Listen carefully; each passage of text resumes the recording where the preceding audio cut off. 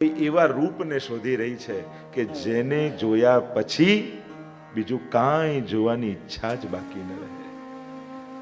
અને જે દિવસે આંખો એને જોઈ લે ત્યારે આંખોની સાર્થકતા સિદ્ધ થઈ જાય.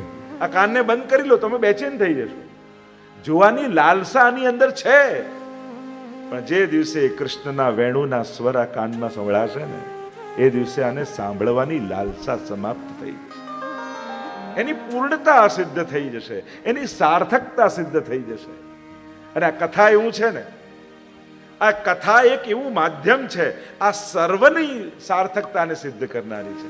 કથામાં તમે બેઠા એટલે કેવળ કથા નથી સાંભળતા, સાંભળતા સાંભળતા તમને લીલાઓને દર્શન થાય છે.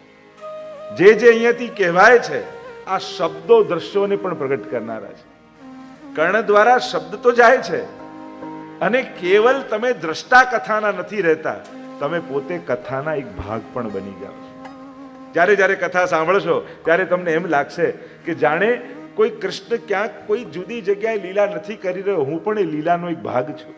હું પણ એ છાક લીલામાં સાથે છું, હું પણ દાન લીલામાં સાથે છું, હું પણ નંદાલયમાં યશોદાજીની સાથે સેવા કરી રહ્યો છું. એમ તમે પોતે એ લીલાના એક ભાગ છો એવો અનુભવ આ કથા કરાવશે. તો આ કથા દ્વારા જ જીવનની સાર્થકતા સિદ્ધ થશે. એટલે કે એવું કંઈક મેળવી લઈએ જેના પછી મેળવવાની કોઈ ઈચ્છા જ બાકી ન રહે. એવું કંઈક કરી લઈએ કે જેના પછી કંઈક કરવાની મહત્વાકાંક્ષાઓ સમાપ્ત થઈ જાય. એવું કંઈક જાણી લઈએ કે જેને જાણ્યા પછી બીજી કોઈ જિજ્ઞાસાઓ જ ન જાગે. અને એ ત્રણેય વસ્તુનું સમાધાન એ શ્રીમદ ભાગવત છે. અને જ્યારે વ્યાસજીએ આટલા ગ્રંથો રચ્યા છતાં મનમાં સંતોષ નથી, ઉદાસ થઈને બેઠા છે. વિચાર કરો, આટલી સફળતા પછી પણ ઉદાસીનતા છે, કારણ કે હજી સાર્થકતા સિદ્ધ કરવાની છે.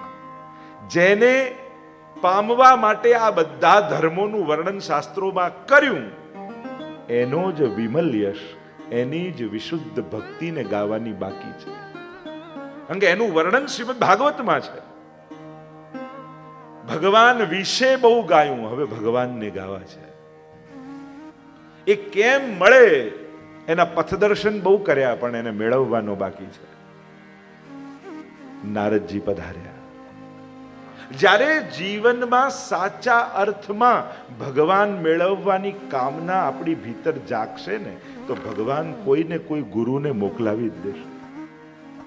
સાચા અર્થમાં જ્યારે એમ થાય કે હવે બ્રહ્મ, હવે પ્રભુ, હવે કૃષ્ણને પામવા છે, ત્યારે ભગવાન એને પામવાની વ્યવસ્થાઓ પોતે કરી આપશે.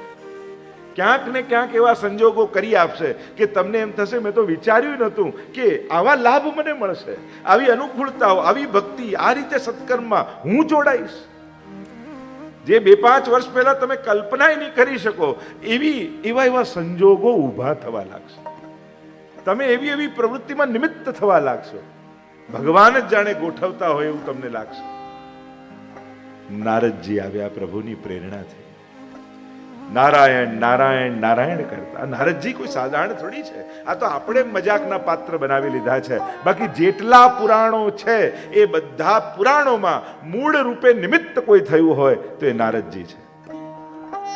દરેક પુરાણોમાં નારદજી વગર તમને જલ્દી કોઈ કથા નહીં મળે. નારમ જ્ઞાનમ દદાતી નારદમ, જે જ્ઞાન આપે નારદ છે. નારમ અજ્ઞાનમ ખંડયતી નારદમ, જે અજ્ઞાનનું ખંડન કરે નારદ છે. નારદજી આવ્યા. કેટલા ભક્તો, સંતો, મહાત્માઓને પ્રેરણા આપનારા નારદજી છે. કેટલી લીલામાં નિમિત્ત નારદજી છે. તમે ભગવત લીલાઓ જુઓ, કેટલી લીલાઓમાં નિમિત્ત બન્યા છે. પોતે અપયશ માથે લઈને પણ ભગવાનના કાર્યો સિદ્ધ કરે છે. તો ઘણીવાર અપજસ આવે નારદજી પર, એમણે આમ કર્યું, એમણે આમ કરાવ્યું, પણ સર્વ લીલા કરતા તો હરિ છે. એના જ કાર્યોમાં એ નિમિત્ત બને છે. એટલે ભગવત કાર્ય કરવા જ્યારે પણ નીકળો ત્યારે જરૂરી નથી કે જશ જ મળે. નિંદા કરનારાય મળશે, વિપરીત બોલનારાય મળશે, પણ ભગવાનની સામે જોજો, લોકોની સામે ન જોતા. લોકોના ચહેરા જોઈને સત્કર્મ કરવા નીકળશો ને તો લોકો તમને પુણ્ય નહીં કરવા દે, સત્કર્મે નહીં કરવા દે. પાપ કરતા તો નિંદા કરશે, સારું કરતા નિંદા કરશે. પણ જ્યારે તમારું અંતઃકરણ વિશુદ્ધ હોય, સંકલ્પ દ્રઢ હોય અને કારણ ભગવાનની પ્રસન્નતા હોય, ત્યારે લોકોના ચહેરા સામે જોઈને નહીં, પ્રભુની પ્રસન્નતાને જોઈને કાર્ય કરવા, ઠાકોરજીના મુખારવિંદ સામે જોઈને કરવા. મારો ઠાકોરજી રાજી થાય છે ને, બસ મારું બધું જ એમાં આવી ગયું.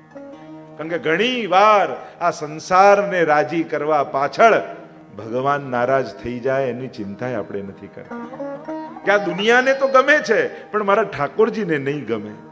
આપણે દરેક કામમાં કેટલું બધું લોકોનું વિચારીએ, જો આમ નહીં કરીએ ને તો મિત્રોને ખરાબ લાગશે, આમ નહીં કરીએ તો સગાઓને ખરાબ લાગશે, આમ નહીં તો ઘરના લોકોને ખરાબ લાગશે, બધાનું વિચારો. ઠાકોરજીનો ક્યારેય વિચાર નથી આવતો કે દુનિયાને રાજી કરવામાં ક્યાંક ભગવાનને નથી ગમતું, એવું તો મારાથી કંઈ થતું નથી. એનું ચિંતન ભક્તે કરવું પડશે. અમુક સમય થયા પછી ભક્તિના માર્ગમાં જ્યારે આગળ ચાલો છો, ત્યારે બે વાત હંમેશા જીવનમાં યાદ રાખજો. ભગવાનને જે ગમે છે એનો સ્વીકાર કરતા જાઓ, અને ભગવાનને જે નથી ગમતું એને જીવનમાંથી કાઢવાના પ્રયાસો કરતા જાઓ. એક જ વારમાં બધું નહીં થઈ જાય કદાચ, પણ એક મનમાં ચિંતન તો થવું જોઈએ. આ મેં કર્યું ખરા, પણ ઠાકોરજીને ગમ્યું નહીં હોય. કદાચ કામ છૂટે એ પછીની વાત, ન છૂટે પછીની વાત, પણ મનમાં એક ખટકો તો આવવો જોઈએ. થયું મારાથી લોકોને રાજી કરવા માટે, પણ મારા ઠાકોરજીને તો નહીં જ ગમ્યું હોય. આ ચિંતન મનમાં સતત ભક્તના હૃદયમાં ચાલવા જોઈએ. એક સાધારણ વ્યક્તિની વિચારધારા અને એક ભક્તની વિચારધારા, બંનેમાં ફરક હોવો જોઈએ. જો તમે પણ એક સાધારણ સંસારીની જેમ વિચારો છો, તો એક વૈષ્ણવ થવામાં અને એક સાધારણ વ્યક્તિ થવામાં પછી ફરક શું? કંઈક તમારું ચિંતન, તમારો દ્રષ્ટિકોણ, તમારો વિચાર સાધારણ વ્યક્તિ કરતા જુદો છે. તમે ભાગવતમાં બેઠા છો અને 7 દિવસ ભાગવત સાંભળ્યા પછી જો તમારા સંસારની ઘટનાઓને જોવાના અર્થઘટનો ન બદલાયા તો ભાગવત ક્યાં ઉતર્યું? અને આ ભાગવત ક્યારે નિષ્ફળ નહીં જાય. આ હૃદયમાં કોઈ ને કોઈ રૂપે ભીતર પ્રવેશ કરી જ જશે, તમારા વિચારોમાં સ્થાપિત થઈ જશે. વાર્તા, કથા ને શ્લોકો યાદ ભલે ન રહે, પણ ભાગવત વિચાર બનીને મનમાં સ્થાપિત થઈ જશે. એટલે પ્રત્યેક વિચાર ભાગવતને સ્પર્શીને આવવા લાગશે.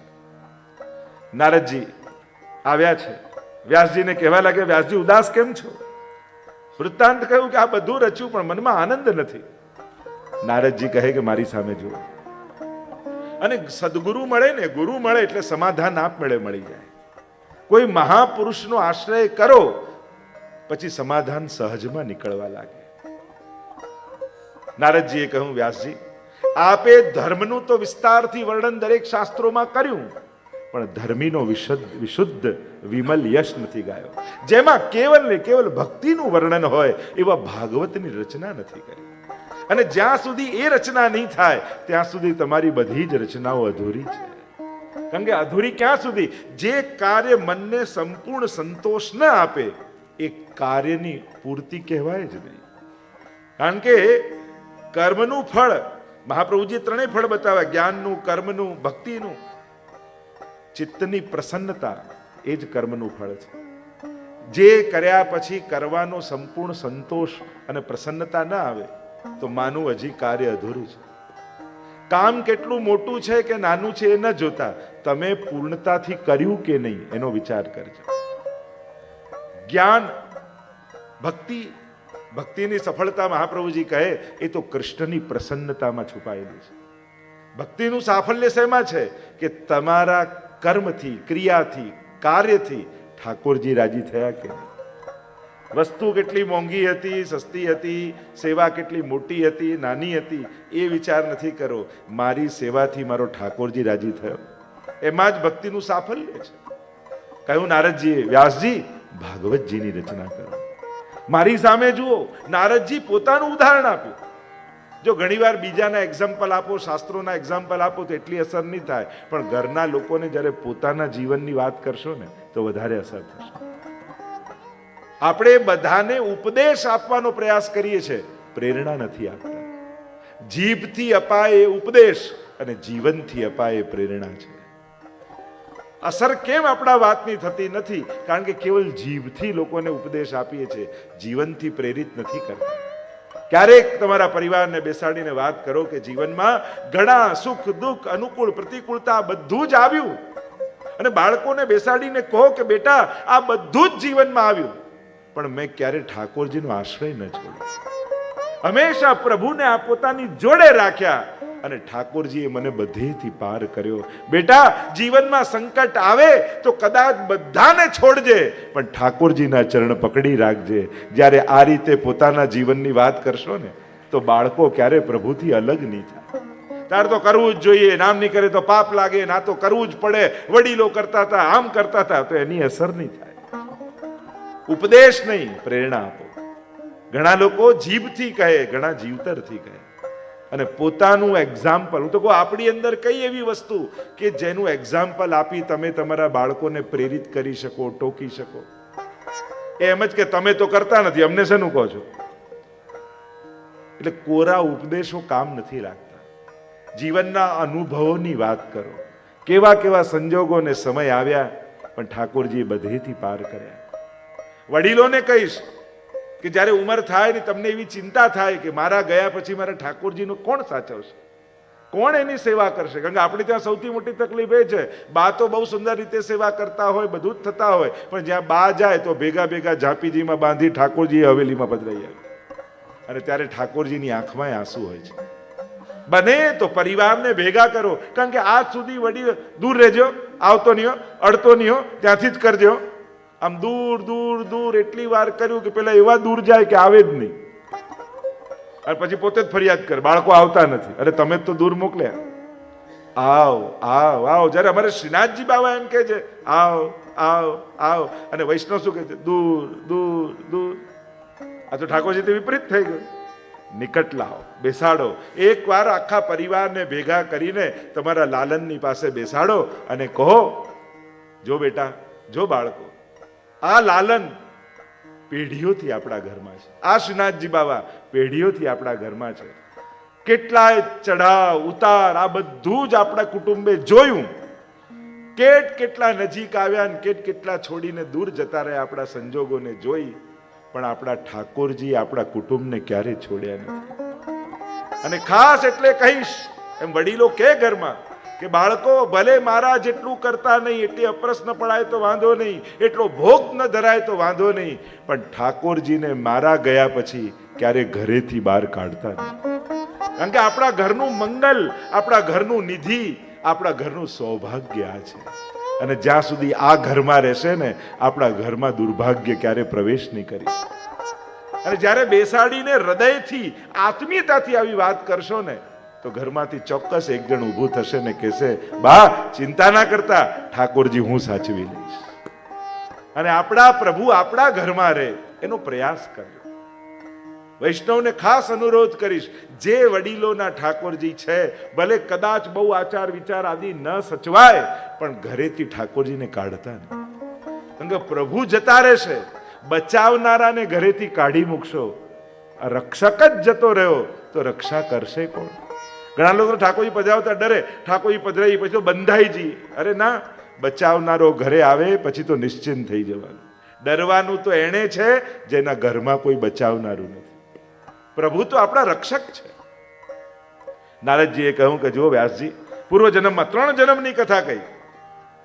કહ્યું કે એક જન્મમાં તો હું દાસીનો પુત્ર હતો, અને અમારા ગામમાં કેટલાક મહાત્માઓ આવ્યા, મારી માતાને ચાકરી માટે રાખી, અને રોજ સત્સંગ થાય ને હું દૂર બેઠો બેઠો સાંભળું. મારી મા બધી જ ચાકરી કરે, મહાપુરુષોનું હું અન્ન લઉં, ગ્રહણ કરું. સત્સંગ સાંભળતા, પ્રસાદી લેતા લેતા મારું અંતઃકરણ પવિત્ર થઈ ગયું. અને પવિત્ર થઈ ગયું, અને મારું મન સત્સંગમાં એવું લાગવા લાગ્યું, ક્યાં ચાતુર્માસ પૂરો થઈ ગયો ખબર ન પડી. અને મહાત્માઓને તો જવાનો સમય થઈ ગયો. અને જ્યારે જવા લાગ્યા ત્યારે મને ખબર પડી કે મારા જીવનનો એક અભિન્ન અંગ બની ગયો છે.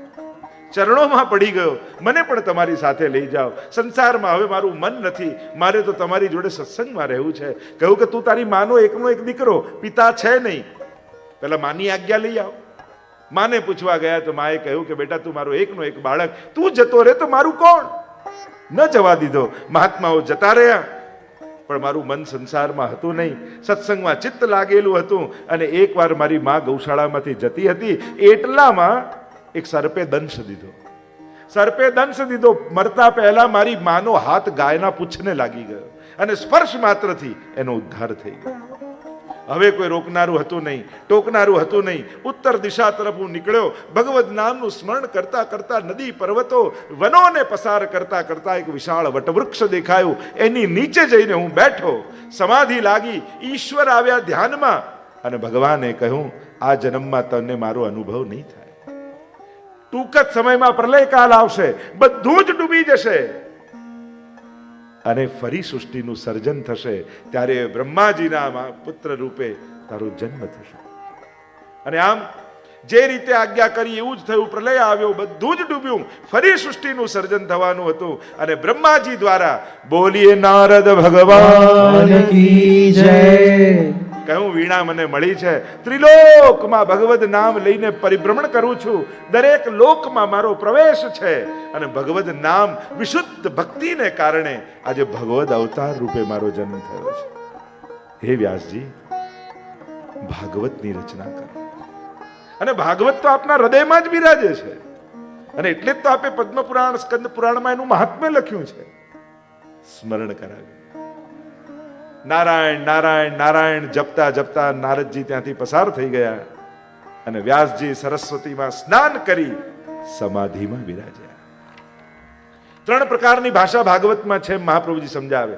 સમાધિ ભાષા, લૌકિક ભાષા અને પરમત ભાષા. આ 3 ભાષા ભાગવતમાં છે. અને મહાપ્રભુજીએ પ્રમાણ રૂપે સમાધિ ભાષા વ્યાસસ્ય પ્રમાણમ તચ્ચતુષ્ટયમ, જે સમાધિ ભાષા ભાગવતની છે એને પ્રમાણ રૂપે મહાપ્રભુજી સ્વીકૃત કરી છે. કારણ કે મહાપ્રભુજીથી પૂર્વ 3 ગ્રંથોને પ્રમાણ એટલે ઓથેન્ટિક. પ્રમાણ એટલે ધર્મ અને અધર્મ કયા ગ્રંથને જોઈને નક્કી કરવું, સત્ય ને અસત્ય કયા ગ્રંથોને જોઈને આપણે નક્કી કરવું. ગ્રંથો તો અનેક છે, તો કહું વેદ, બ્રહ્મસૂત્ર, ગીતા, આ 3 પ્રમાણ ગ્રંથ રૂપે બધા આચાર્યો સ્વીકાર કરાવ્યા. મહાપ્રભુજી એક બીજી ક્રાંતિ કરી હિન્દુ ધર્મમાં, સનાતન ધર્મમાં. જે વાત વેદમાં છે એ જ ગીતાજીમાં છે, એ જ બ્રહ્મસૂત્રમાં છે અને એનો જ વિસ્તાર ભાગવતમાં છે. એવું પ્રમાણ કરી ભાગવતને પણ પ્રમાણ ગ્રંથ રૂપે સ્વીકૃત કરાવ્યું કે શ્રીમદ ભાગવત પણ પ્રમાણ છે. કારણ કે એમાં કોઈ અલગ વાત નથી. વેદનો જ વિસ્તાર શ્રીમદ ભાગવત છે. વેદ રૂપી કલ્પ વૃક્ષનું જ ફળ શ્રીમદ ભાગવત છે. અને આમ શ્રીમદ ભાગવતને પ્રમાણ ગ્રંથ રૂપે સ્વીકૃત કરાવ્યું. શ્રીમદ ભાગવતમાં સમાધિ ભાષા, વ્યાસજી સ્નાન કરી સમાધિમાં બિરાજમાન થયા. અને જ્યાં સમાધિમાં બિરાજ્યા, મહાભારત અને ભાગવતની ઘટનાઓ વ્યાસજીના નેત્રોની સામે દેખાવા લાગી. કારણ કે વ્યાસજી ઋષિ છે. ઋષિ કોને કહેવાય? આ મંત્રો જેટલા છે એ ઋષિઓએ બનાવ્યા નથી, સમાધિમાં એમને દેખાયા છે. ઋષય મંત્ર દ્રષ્ટારઃ, જે મંત્રોનું દર્શન કરે સમાધિમાં એનું નામ ઋષિ. વ્યાસજીએ ભાગવતની રચના કરી નથી, એમને સમાધિમાં ભાગવત દેખાયું છે. અને જ્યાં નેત્રો બંધ કર્યા, સમાધિમાં બિરાજમાન થયા અને ભાગવતના પ્રસંગો દેખાવા લાગ્યા. મહાભારતની ઘટનાઓ દેખાવા લાગી અને મહાભારતના પ્રસંગથી ભાગવતની શરૂઆત થાય છે. ભગવાન સ્વયં સંકલ્પ લઈને બેઠા છે, યુદ્ધમાં રહીશ પણ હથિયાર નહીં લો. પેલું કહ્યું જ્યારે દુર્યોધનને ગયા અર્જુન કે કોણ ભગવાનને પોતાના પક્ષમાં લે, અને ઘણી બધી ચર્ચા વિસ્તાર નથી કરતો. ભગવાને નક્કી કર્યું કે નારાયણની સેવા દુર્યોધનને આપી અને નિહત્થા ભગવાનને માંગ્યા અર્જુને. એટલે ભગવાને પણ કહ્યું, અરે અર્જુન આ તે શું કર્યું? હું હથિયાર વગરનો અને મારી સેના તો દુર્યોધન લઈ ગયો.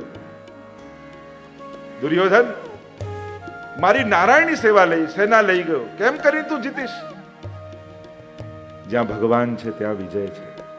નક્કી યુદ્ધનું પરિણામ એ જ ક્ષણે નક્કી થઈ ગયું કે કોણ જીતશે. કારણ કે બળ ભળે ગમે ત્યાં દેખાય, વિજય તો એનો જ થાય જ્યાં ભગવાન હોય. એક એક એક એક પ્રસંગો, ઘટનાઓ જુઓ તો ઘણી બધી ચર્ચાઓ મહાભારતની થાય. કઈ રીતે ક્રૂરતાથી અભિમન્યુનો વધ કર્યો છે આ બધા. અને કોઈ બાકાત નહોતું. આ બધા દ્રોણાચાર્ય, કૃપાચાર્ય આ બધા જ હતા. પણ જ્યારે એમને મરવાનું આવ્યું ત્યારે ધર્મ યાદ અપાવવા લાગ્યા ભગવાનને. આ ધર્મ છે, આ ધર્મ છે. અને ભગવાન હસે છે. પેલા એક નિર્દોષ યુવાનને ક્રૂરતાથી મારતા ત્યારે દયા નથી આવી, ત્યારે ધર્મ યાદ નહોતો આવ્યો. ધર્મનો વિજય થવો જોઈએ, ધર્મ જીતવું જોઈએ. વિચાર કરો, જો પાંડવો ન જીત્યા હોત ને દુર્યોધનનું શાસન હોત તો આજે ભારતનો ઇતિહાસ કંઈક જુદો હોત. આ બધા ઐતિહાસિક ઘટનાઓ છે. યુદ્ધ સમાપ્ત થયું છે. આખું કુરુક્ષેત્રનું મેદાન વિશાળ માનો સ્મશાન ઘાટ બની ચૂક્યું છે. કોઈના કપાયેલા ધડ, કોઈના કપાયેલા હાથ, કોઈના કપાયેલા મસ્તક. ચારે બાજુ દુર્ગંધ વ્યાપેલી છે. ગિદ્ધ અને સમડીઓ માંસના લોંદાઓ ખેંચી ખેંચી આકાશમાં ઉડી રહ્યા છે. ન જોવું ગમે એવું દ્રશ્ય સર્જાયું. દૂર દૂર બાળકોની કિકિયારીઓ સંભળાય છે. વિધવા સ્ત્રીઓના રડવાના અવાજ સંભળાય છે. મડદાઓના તો પહાડો ખડકાયા છે. લાખો લોકો મૃત્યુ પામ્યા છે. એને મડદાઓના ઢગલામાં મડદાઓને ખસેડતો ખસેડતો અશ્વત્થામા પોતાના મિત્ર દુર્યોધનને શોધી રહ્યો છે. ચારે બાજુ અતિ દુર્ગંધ વ્યાપેલી છે. એટલામાં દૂરથી અવાજ આવ્યો, મિત્ર! કાન ઊંચા થઈ ગયા અશ્વત્થામાના. આ તો દુર્યોધનનો અવાજ છે. અને એ દિશા પર દોડતો દોડતો અશ્વત્થામા જુએ તો લોહીના ખાબોચિયામાં અંતિમ શ્વાસો ગણતો દુર્યોધન તડપી રહ્યો છે. ભીમે જંઘાઓ ઉપર ગદાઓના પ્રહાર કરી કરી ધ્વસ્ત કરી નાખી છે જંઘાઓ. પણ દુર્યોધનને એવું વરદાન હતું, કોઈ એવી વાત સાંભળે કે એ સાંભળતાની સાથે એને હર્ષ પણ થાય અને શોક પણ થાય અને આ બંને ભાવ એક સાથે આવે તો જ એનું મૃત્યુ થાય. અશ્વત્થામાને જોતા જ ચમક આવી ગઈ આંખમાં. અશ્વત્થામા, તું આવી ગયો? હા. તારી આવી દશા કોણે કરી? એ બધું જ છોડ, મારી અંતિમ ઈચ્છા પૂરી કર. અશ્વત્થામાએ દુર્યોધનના હાથમાં હાથ મૂકીને કહ્યું, તું જે કહીશ એ કરીશ. મરતા પહેલા પાંચે પાંડવોના કપાયેલા મસ્તક જોવા માંગુ છું. અને અશ્વત્થામા, મારી પાસે બહુ સમય નથી. વચન આપ્યું અશ્વત્થામાએ, કાલે સૂરજનું પહેલું કિરણ નીકળે એ પહેલા પાંચે પાંડવોના કપાયેલા મસ્તક લાવી તારા ચરણોમાં ફેંકીશ. વચન તો આપી દીધું, પણ સામી છાતીએ લડવાની તાકાત અશ્વત્થામાની છે નહીં. વિચાર કરે છે, શું કરું, કેમ પાંડવોને મારું? થયું કે રાત્રિના સમયે છાવડીમાં સૂતા હોય ત્યારે લુપાતો છુપાતો ખડગ લઈને જાઉં, સૂતા પાંડવોના શિરચ્છેદ કરી નાખ. રાત્રિના સમયે પ્રવેશ કરવા જાય, પણ ભગવાન છે ને પાંડવોની સાથે. ભગવાને પાંડવોને કહ્યું, ચાલો મારે તમારી જોડે મંત્રણા કરવી છે, યમુનાજીના તટ ઉપર જઈએ. પાંચે પાંડવોને લઈ ગયા. એમના 5 પુત્રો હતા, યુવાન, આ બે હું પાંડવો જેવા જ. અને આજે પાંડવોની જગ્યાએ પાંડવોના બાળકો સૂતા છે. લુપાતો છુપાતો અશ્વત્થામા પહોંચે છે છાવણીમાં. અંધારામાં સમજ ન પડી પાંડવ છે કે પાંડવોના પુત્રો છે. સૂતા પાંડવોના બાળકોના શિરચ્છેદ કરી પોટલામાં બાંધીને ભાગ્યો અશ્વત્થામા. ભાગતા ભાગતા ભાગતા ભાગતા સવારે સૂરજનું પહેલું કિરણ નીકળે ત્યાં સુધી દુર્યોધન પાસે પહોંચી ગયો. મિત્ર, મેં મારું વચન નિભાવી દીધું છે. દુર્યોધન કે જલ્દી બતાવો. અને જ્યાં પાંચે મસ્તકોને ફેંક્યા, દુર્યોધનનું હૃદય ભરાઈ ગયું કે અરે અશ્વત્થામા, તે આ શું કર્યું? આ તો પાંડવો નથી, પાંડવોના બાળકો છે. તે તો અમારા ઘરમાં અમારી પાછળ કોઈ તર્પણ કરનારું ન રહેવા દીધું, કોઈ શ્રાદ્ધ કરનારું ન રહેવા દીધું.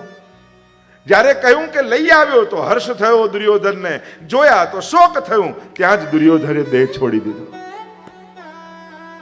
અને અહીંયા પોતાના વાલ સોયા બાળકોને જગાવવા માટે દ્રૌપદી છાવણીમાં પ્રવેશ કરે છે. વિચાર કરો, એક માં માટે આ દ્રશ્ય જોવું કેટલું દુષ્કર છે. દુનિયામાં અમુક દ્રશ્યો બહુ અઘરા છે અને એમાંનું એક દ્રશ્ય છે, માં દરવાજે ઊભી હોય અને દીકરો 4 ખભા પર ચડીને ઘરની બહાર કાઢવામાં આવતો. બહુ જ કઠિન દ્રશ્ય છે. આ જોવું બહુ બહુ કઠિન છે. આને સહેવું બહુ અઘરું છે.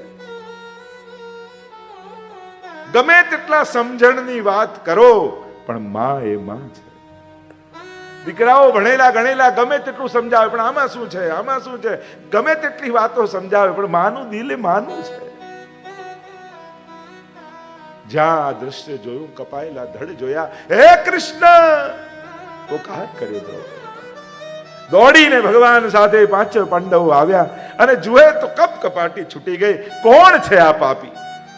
અર્જુને પ્રતિજ્ઞા કરી, જ્યાં સુધી એને શિરચ્છેદ નહીં કરું અને ત્યાં એનું મૃત્યુ નહીં આપું, નહીં તો હું મૃત્યુને ગ્રહણ કરીશ. ભગવાનને રથની લગામ પકડી અર્જુન પાછળ બિરાજમાન થયા. આગળ આગળ અશ્વત્થામા ભાગે છે, ભગવાનનો પાછળ પાછળ રથ આવે છે. પકડ્યો અશ્વત્થામાને કેશથી, અને એક પશુને બલિ ચડાવવા માટે જેમ ઘસડતા ઘસડતા લાવવામાં આવે, એમ અશ્વત્થામાને ઘસીટતા ઘસીટતા લાવવામાં આવી. અને આ દ્રશ્ય જુએ છે દ્રૌપદી. મહાભારતની દ્રૌપદી અને ભાગવતની દ્રૌપદીમાં ઘણો મોટો ફરક છે. એ દ્રૌપદીમાં થોડો દ્વેષ છે, ક્યાંક અહંકાર છે. ભાગવત તો ભક્તોની કથા છે. અહીંયાની દ્રૌપદી તો ભગવદીયા છે. અને ભક્તોને કોઈનું દુઃખ કેમ જોઈ શકે? દ્રૌપદીએ જ્યાં દ્રશ્ય જોયું, બોલી મુચ્ચતામ મુચ્ચતામ એશ બ્રાહ્મણો નિતરામ ગુરુ. છોડી દો આને, છોડી દો. આ બ્રાહ્મણ છે, આ ગુરુ પુત્ર છે. બ્રાહ્મણને શાસ્ત્રોમાં અવધ કયો છે અને મારી ન શકાય. મોટી વાત, ગુરુનો પુત્ર પણ ગુરુ રૂપ હોય. જે વિદ્યા પોતાના દીકરાને નથી શીખવાડી, એ વિદ્યા અમારા પાંડવોને શીખવાડી છે. અને સૌથી મોટી વાત, આ પણ કોઈનો દીકરો છે. પુત્રને ગુમાવવાનું જે દુઃખ છે એક માં માટે, એવું દુઃખ હું કોઈ બીજી માને ના આપી શકું. છોડી દો. હવે શાસ્ત્ર એમ કહે, આતતાઈને જુઓ ત્યાં મારી નાખો. અને શાસ્ત્ર એમ કહે કે બ્રાહ્મણને મૃત્યુ દંડ ન અપાય. કરવું શું? ભગવાને રસ્તો કાઢ્યો. બ્રાહ્મણનું અપમાન જ એનું મૃત્યુ છે. આનું અપમાન કરો અને આને મુક્ત કરી દો. કેશ મર્દન કર્યા, મણી કાઢી લીધો, અપમાનિત કરી અશ્વત્થામાને છૂટો મૂકી દો. અપમાનની અગ્નિમાં બળવા લાગ્યો અશ્વત્થામા. નહીં છોડવું આ પાંડવોને, એમણે મારું અપમાન કર્યું છે. બ્રહ્માસ્ત્રનું આહવાન કર્યું અને બ્રહ્માસ્ત્રનું આહવાન કરીને વિચાર કરવા લાગ્યો અશ્વત્થામા, કોની તરફ છોડું? કૃષ્ણ તરફ, યુધિષ્ઠિર તરફ, ભીમ તરફ, અર્જુન તરફ.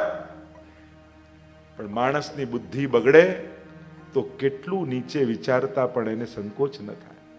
વિચાર કરતા કરતા મનમાં વિચાર આવ્યો, જે અભિમન્યુને અમે ચક્રવ્યૂહમાં ફસાવીને મારી નાખ્યો હતો, એની પત્ની ઉત્તરા એ ગર્ભવતી છે. અને પાંડવોનું અંતિમ બીજ એ ઉત્તરાના કુખમાં જન્મી ચૂક્યું છે. અને જો એને મારી નાખું તો આખું પાંડવ કુળ નિર્વંશ બની જાય. અને આમ વિચાર કરી, જેનો હજી જન્મ પણ નથી થયો, એને મારવા માટે આ પ્રવૃત્ત થયો છે.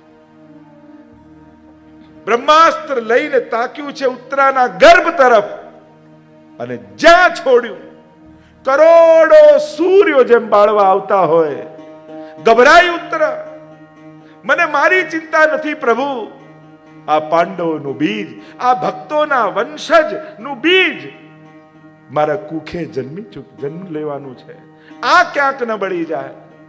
પાહી પાહી મહાયોગિન દેવ દેવ જગતપતે નાન્યમ ત્વદભયમ પશ્યે યત્ર મૃત્યુ પરસ્પરમ. કોની શરણે જાઉં, કોનો આશ્રય લઉં? ઉત્તરા જ્યારે પરણીને આવીને ત્યારે દ્રૌપદીએ સ્વાગત કરતા ઘરના આંગણામાં કહ્યું કે તું ઘરમાં પહેલું ડગલું ભરે છે તો પહેલા પગે કોને લાગીશ? ત્યારે કહ્યું ઘરમાં જે મોટું હોય એને પગે લગાય. તો આપણા ઘરમાં મોટું કોણ? તો કે યુધિષ્ઠિર મોટા છે, ભીમ મોટા છે, અર્જુન મોટા છે, ત્યાં ભીષ્મજી મોટા છે. દ્રૌપદીએ કહ્યું, બેટા આ કહેવાતા બધા મોટાઓને મેં જોઈ લીધા છે. જ્યારે દ્યુત ક્રીડામાં મારા ચીર ખેંચાતા હતા ત્યારે આ કહેવાતા બધા જ મોટાઓ મસ્તક નમાવીને બેઠા હતા. અને ત્યારે દ્વારિકાનો નાથ દોડતો આવીને મારી લાજ બચાવી.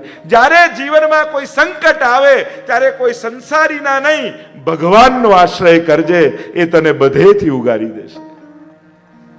हे श्रीनाथ कमल नैन मेवड़ वाले तू न संभाले हमें तो कौन संभाले, तू न संभाले हमें तो कौन संभाले। हे श्रीनाथ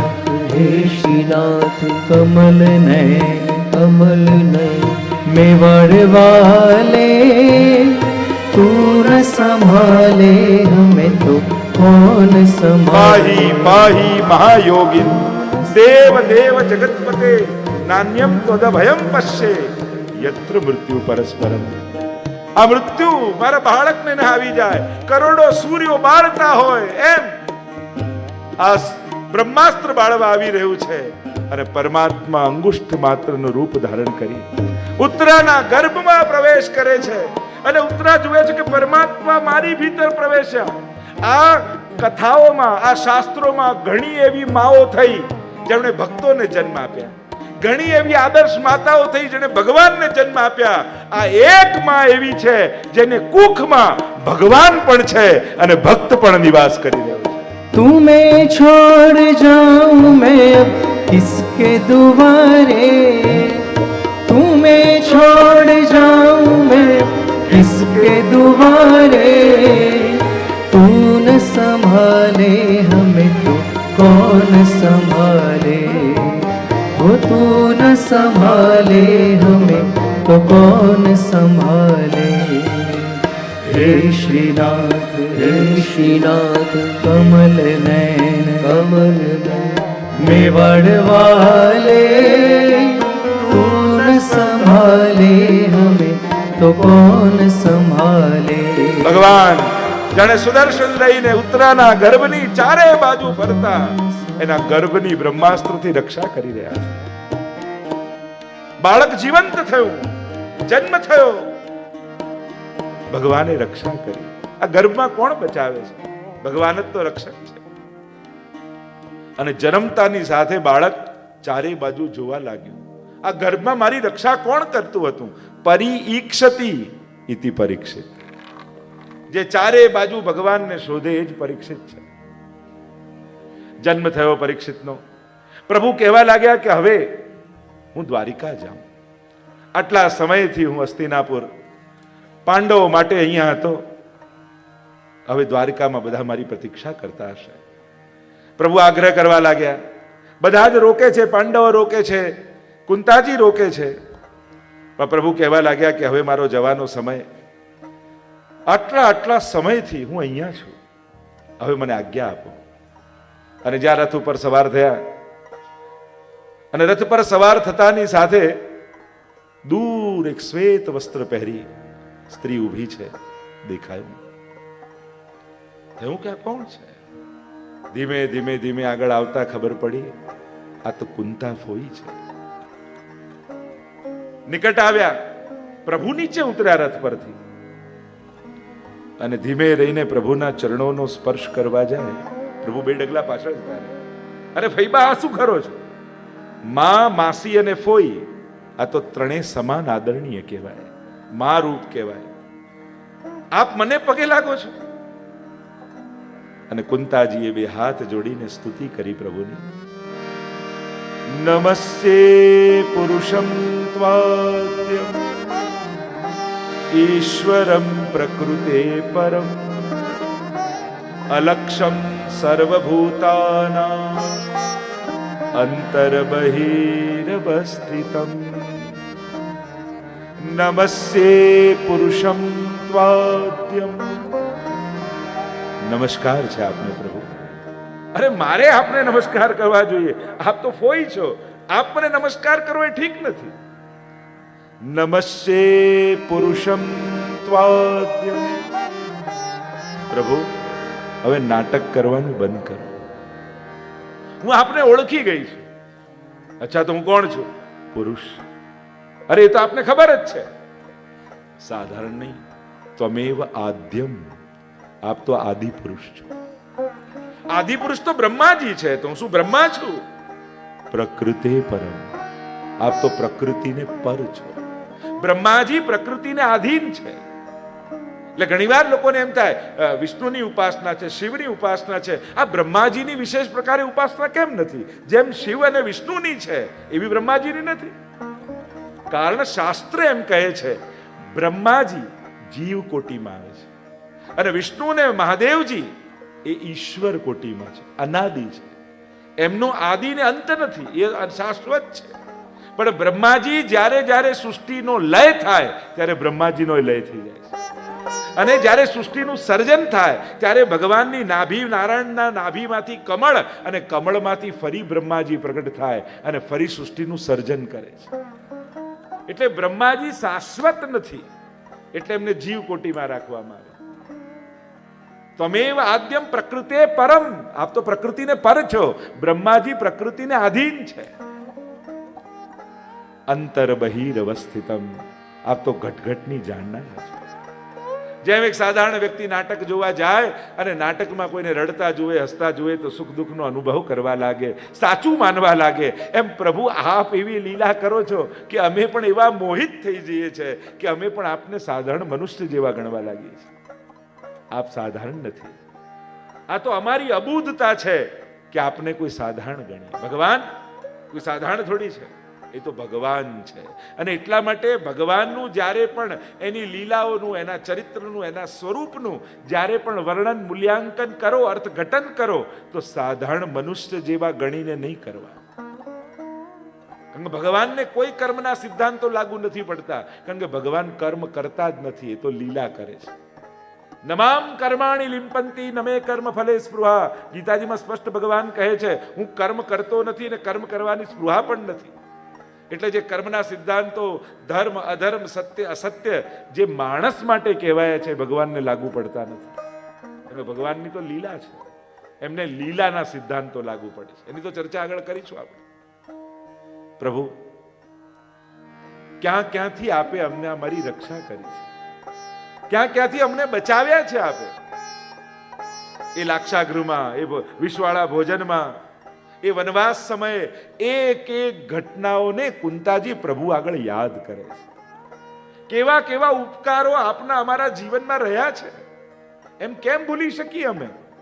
આપે ક્યારે પણ આભાર માનવાનો અવસર અમને આપ્યો નથી. આપ સતત અમારી રક્ષા માટે પ્રયત્નશીલ રહ્યા. આજે જ્યારે બધું ગોઠવાયું છે, રાજ, સિંહાસન, ગાદી, સુખ આવ્યું છે, તો અમને છોડી જવાની વાત કરો છો. હવે તો અમને મોકો છે કે આપને પધરાવીને આપની સેવા કરીએ, અને આપ એમ કહો છો હું જાઉં છું. પ્રભુ એક એક ઘટનાઓને યાદ કરતા કુંતાજી કહે છે ઉપકાર તમારા ભારે રે ઓ શ્રીજી બાવા. ઉપકાર તમારા ભારે ઓ શ્રીજી બાવા.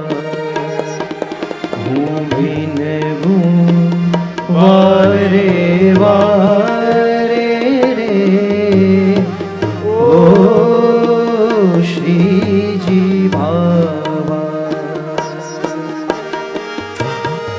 પ્રભુ કેટલા ઉપકારો તારા છે તે ક્યારે ગણાવ્યા નથી, તે ક્યારે યાદ અપાવ્યા નથી. પણ આજે અવસર છે તારા એક એક ઉપકારોને યાદ કરો. હો મેં જે માગ્યું તે આપ્યું, નિજ પદમાં મન સ્થાપ્યું. જે જે જીવનમાં દુઃખ આવ્યા તે કાપ્યા છે, તે અમને બધેથી બચાવ્યા છે. ક્યાં ક્યાંથી તે અમારી રક્ષા કરી છે. મેં જે માગ્યું તે આપ્યું, દુઃખ પડતા પહેલા કાપ્યું. મને નિજ પદમાં હે સ્થાપ્યું રે ઓ શ્રીજી બાવા. ઉપકાર તમારા ભારે રે ઓ જ્યારે જ્યારે પણ પ્રભુ પાસે જાઓ ત્યારે એણે કરેલા ઉપકારોને યાદ કરો. એણે જે જે આપ્યું, જ્યાં જ્યાંથી આપણને બચાવ્યા, કેવા કેવા સંજોગો આવ્યા, એમ થયું હવે તો ગયા, હવે તો ફસાઈ ગયા, હવે તો બધું ખતમ. પણ બધેથી ઠાકોરજીએ કાઢી આપણને અહીંયા લાવીને રાખ્યા. કેમ ભૂલી શકાય એ દિવસો, કેમ ભૂલી શકાય એ ઘટનાઓ, કેમ ભૂલી શકાય ક્ષણો. પ્રભુ ક્યારે યાદ નહીં અપાવે, પણ ભક્તે ક્યારે ભૂલવા ન જોઈએ. પ્રભુ તુજ જેવો સુખદાયી, તુજ જેવી મન મોટાઈ. પ્રભુ તુજ જેવો સુખદાયી, તુજ જેવી મન મોટાઈ. નથી ક્યાંય વિશ્વની માહે રે, ઓ શ્રીજી ભાવા. ઉપકાર તમારા મારે રે, ઓ શ્રીજી ભાવા. પ્રભુ એક એક ઘટનાઓને કુંતાજી સ્મરણ કરે. કહું પ્રભુ એક વસ્તુ માંગુ, આપ આપશો ને? અરે આપે તો આજ્ઞા કરવાની હોય, યાચના થોડી કરવાની હોય. મોટા હો તો આજ્ઞા કરે. આપ કહો એ ધરી દઈશ આપના ચરણોમાં. મને શંકા છે કે હું માંગીશ ને આપ નહીં આપો, કારણ કે આ વસ્તુ આપવી આપને ગમતી નથી એટલા માટે. અરે ભક્ત જે માંગે હું આપું, એમ નહીં હાથમાં હાથ મૂકીને વચન આપું પછી માંગુ. લો હાથમાં હાથ મૂક્યો, હવે તો કો ફૈબા. અને ત્યારે કુંતાજીએ કહ્યું વિપદઃ સંતુ નઃ શશ્વત તત્ર તત્ર જગદગુરો ભવતો દર્શનમ યત્સ્યાત અપુનર્ભવ દર્શન. અરે ઠાકોરજી હાથ ખેંચી લીધો. અરે આ શું માંગો છો? કુંતાજીએ કહ્યું મારા જીવનના માર્ગમાં ડગલે ને પગલે વિપત્તિઓ મૂકી દો, સંકટોથી રસ્તાઓ ભરી દો. પણ કેમ? કેમ કે પ્રભુ વિપત્તિ હતી તો આપ અમારી જોડે ને જોડે હતા. સુખ આવ્યું તમને છોડીને જવાની વાત કરવા લાગ્યા. કારણ કે આપની બાદ બાકી કરીને મળેલું સુખ પણ અમારા માટે તો સંકટ જ છે. ભલે થાળી ભરીને ભોજન હોય, પણ ભોગ ધરવા માટે આપ ન હો તો પછી આ ભોજન નથી, અમારા માટે તો વિષ બરાબર છે. સુખ અને સુવિધાઓ આપને પ્રસન્નતાનું કારણ ન બને તો એ તો અમારા બંધનનું કારણ થઈ જાય. એવું સુખ શું કામનું જેમાં આપ ન હો? કારણ કે અમારા સુખની શરૂઆત જ આપનાથી થાય છે. એ એકડો આપ છો, બાકી જીવનમાં બધું મળેલું મીંડાઓ જેવું છે. અને એકડો ખસેડી લો ને તો મીંડાઓના ગુણાકાર કરો, વત્તાકાર કરો, ભાગાકાર કરો, એ શૂન્યનું શૂન્ય જ રહે. એન્જિન ન હોય તો એ બધા ડબ્બા કહેવાય. એન્જિન જોડાઈ જાય તો એ ટ્રેન બની જાય, એને ગતિ મળી જાય, એને દિશા મળી જાય, એને મંજિલ મળવા લાગે. એમ પ્રભુ આપ ન હો તો બધા ડબ્બાઓ જ છે, એ પડ્યા છે એમને. આપ જોડાઓ તો જીવનની ગતિ છે. આપના વગર જે મળ્યું એ બધું ભાર છે. અમારે ભાર નથી જોઈતું, અમારે તો ભાવ જોઈએ છે, અમારે તો સમર્પણ જોઈએ છે. પ્રભુ સંકટો એટલા માટે માંગુ છું કારણ કે સુખ આવે ને ત્યારે સંસાર વધી જાય છે. દૂર દૂરના સગાઓ એ નજીકના સગાઓ બનીને આવી જાય. અરે અમારે તો બહુ નજીકના, અમારે તો સીધો સંબંધ. સંસાર વધી જાય છે સુખમાં, અને સંસારને છોડવાની તાકાત પ્રભુ સ્વીકારું છું અમારામાં છે નહીં. અમે આ બધું છોડી શકીએ આસક્તિઓને, એવી તાકાત, એવું બળ, એવું આત્મબળ અમારી પાસે નથી. સંકટ એટલા માટે માંગુ છું કે સુખમાં સગાઓ, લૌકિક સંબંધીઓ વધે, પણ દુઃખ આવે ને તો અમારે કોઈને છોડવા ન પડે, અમને છોડીને એ લોકો જ જતા રહે. અને જ્યારે સંસાર છોડી દે તો અમારે સંસાર છોડવાની મહેનત ન કરવી પડે. પછી જ્યારે સંસાર છૂટી જાય ત્યારે કેવલ ભગવાન અમારો રહી જાય છે. કારણ કે સંકટના સમયે સાથ આપનારો કેવલ શ્રીનાથ છે. બાકી બધા કહેવાતા લોકો ભાગી જતા હોય, અને કદાચ ભાગે નહીં, બહુ સારા હોય, પણ છતાંય છે તો અસમર્થ જ ને. દુનિયાનો માણસ મદદ આપવાની ખાતરી કરી શકે, સુખી કરવાની ખાતરી કોઈ ના આપી શકે. કોઈ ગમે તેટલો નિકટનો સ્વજન હોય, દિલથી પ્રેમ કરે, બધા ખરાબ છે એમ કહેવાનો અર્થ નથી, બધા દિલથી પ્રેમ કરતા હોય પણ અસમર્થ છે, એની કેપેસિટી કેટલી? મદદ કરવા સુધીની ખાતરી આપી શકે, સુખી બનાવવાની ખાતરી ભગવાન સિવાય કોઈ ના આપી શકે. એટલે પ્રભુ સુખ છે જ આપના હાથમાં, અને આપ જતા રહેશો તો વ્યવસ્થાઓ રહી જશે, સુખ તો આપના ભેગું જતું રહેશે. બધું જ, કોઈ બેંકના ખાતામાં રહેલા પૈસા ખાતરી નથી આપતા, કોઈ બંગલો ખાતરી નથી આપતો, કોઈ સુખ સુવિધાઓ ખાતરી નથી આપતા. એ સગવડતાઓ છે. સુખ તો ઈશ્વરની કૃપાથી આવે છે, અને જ્યારે ઈશ્વર એનો હાથ ખેંચી લે છે ને, ત્યારે આ જ ભેગી કરેલી વસ્તુઓ, આ જ કહેવાતા સ્વજનો જ દુઃખના કારણો બનવા લાગે છે. જેને સુખ માટે મેળવ્યું હતું એ જ ક્યાંક દુઃખનું કારણ થઈ જાય છે. અને એટલે ઈશ્વરનો હાથ સદા માથે રહે, કારણ કે સુખી કરવાની ગેરંટી કોઈ આપી શકતું હોય તો એ કેવલ ઠાકોરજી છે. અને ભક્ત માટે કહ હનુમંત વિપત્તિ પ્રભુ સોઈ, જબ તવ સુમિરન ભજન ન હોય. એક ભક્ત માટે સંકટનો સમય કયો? કે જે સમયમાં હું શ્રીજીનું વિસ્મરણ કરી દઉં, એનાથી મોટો સંકટનો બીજો કોઈ સમય નથી. ભગવાનને ભૂલી જવા એ જ ભક્ત માટે સૌથી મોટો સંકટનો સમય છે. અને ભગવાનનું સ્મરણ એ જ સુખની ઘડી છે. કુંતાજી કહેવા લાગ્યા, પ્રભુ દરેક સ્ત્રી બે જગ્યાએ બંધાયેલી હોય છે, હું 3 જગ્યાએ બંધાયેલી છું. વૃષ્ણિ શું, પાંડુ શું, પતિ પક્ષ અને પિતા પક્ષ. એટલે જ તેને દુહિતા કહેવાય ને, બંનેનું હિત કરે એ દુહિત, જે બંનેના હિતનો વિચાર કરે. પ્રભુ આ બંને બંધન લૌકિકના છે, હું 3 જગ્યાએ બંધાયેલું છું, એક પાંડુ કુળમાં, બીજું વૃષ્ણિ કુળમાં, અને ત્રીજું બંધન મારું આપની સાથે છે. પ્રભુ એક કામ કરશો? હા, આજ્ઞા કરો.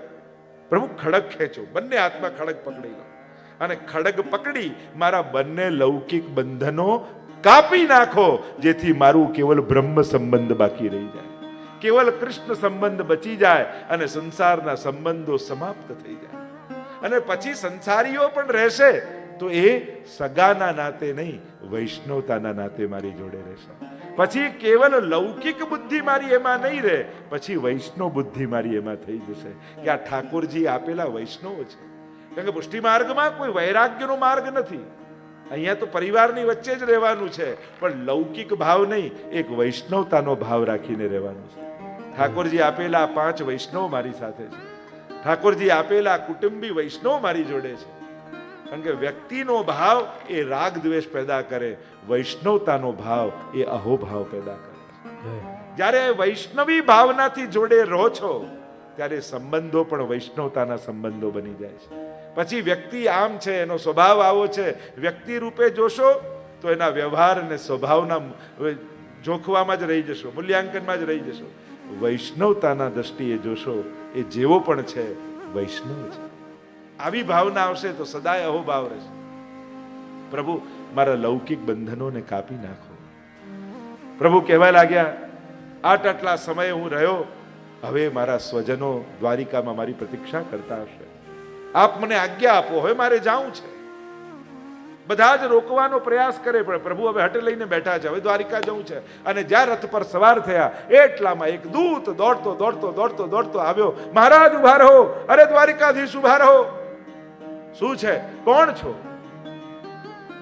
પ્રભુ આપે કોઈને વચન આપ્યું છે, અને વચન નિભાવ્યા વગર આપ દ્વારિકા ન જઈ શકો.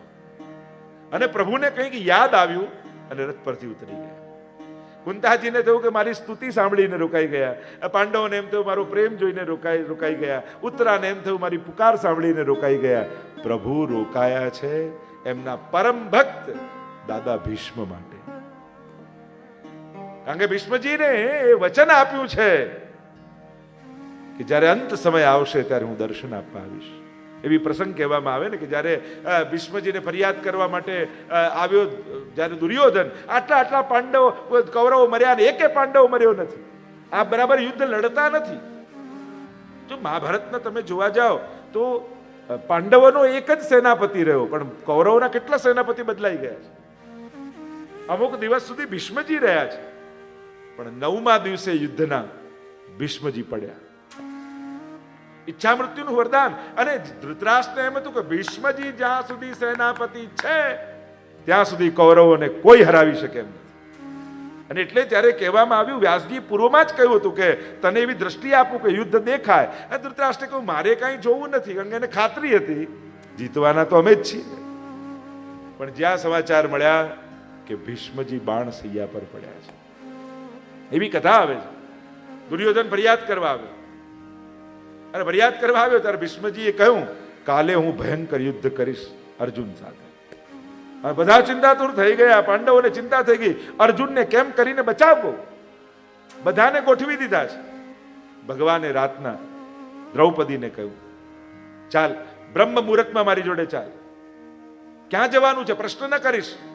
અને અહીંયા ભીષ્મજીએ દુર્યોધનની પત્નીને કહ્યું હતું કે બ્રહ્મ મુહૂર્તમાં આવજે, હું એને અખંડ સૌભાગ્યવતીના આશીર્વાદ આપીશ, પછી દુર્યોધનનો કોઈ વાળ વાંકો નહીં કરીશ. પણ પ્રભુની લીલા તો પ્રભુ જ જાણે. સવારના સમયે દ્રૌપદીને જગાડી, ચાલ મારી જોડે, જવાનું ક્યાં છે, હું કહું ત્યાં ચાલ, પૂછીશ નહીં. અને ભીષ્મજીની છાવણી પાસે લાવીને ઉભી રાખી. અરે આ તો દાદાજીની છાવણી છે, હા ભીતર જા. ધ્યાનમાં બેઠા હશે ભીષ્મજી, પગે લાગજે, જે આપે એ કાંઈ બોલ્યા વગર છાની માની બહાર આવી જજે લઈને. અને કદાચ જો પૂછી લે કે કોની સાથે આવી છું, તો મારું નામ તો કહેતી જ નહીં. દ્રૌપદી ભીતર પ્રવેશ કરે છે પંડાલમાં, અને ભીષ્મજી બ્રહ્મ મુહૂર્તમાં ધ્યાનમાં બેઠા છે. આવી દ્રૌપદીને ચરણોના સ્પર્શ કર્યા. ભીષ્મજીને એમ થયું કે દુર્યોધનની પત્ની છે.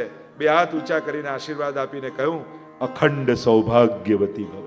અને એનો આનંદ સમાયો નહીં દ્રૌપદીને.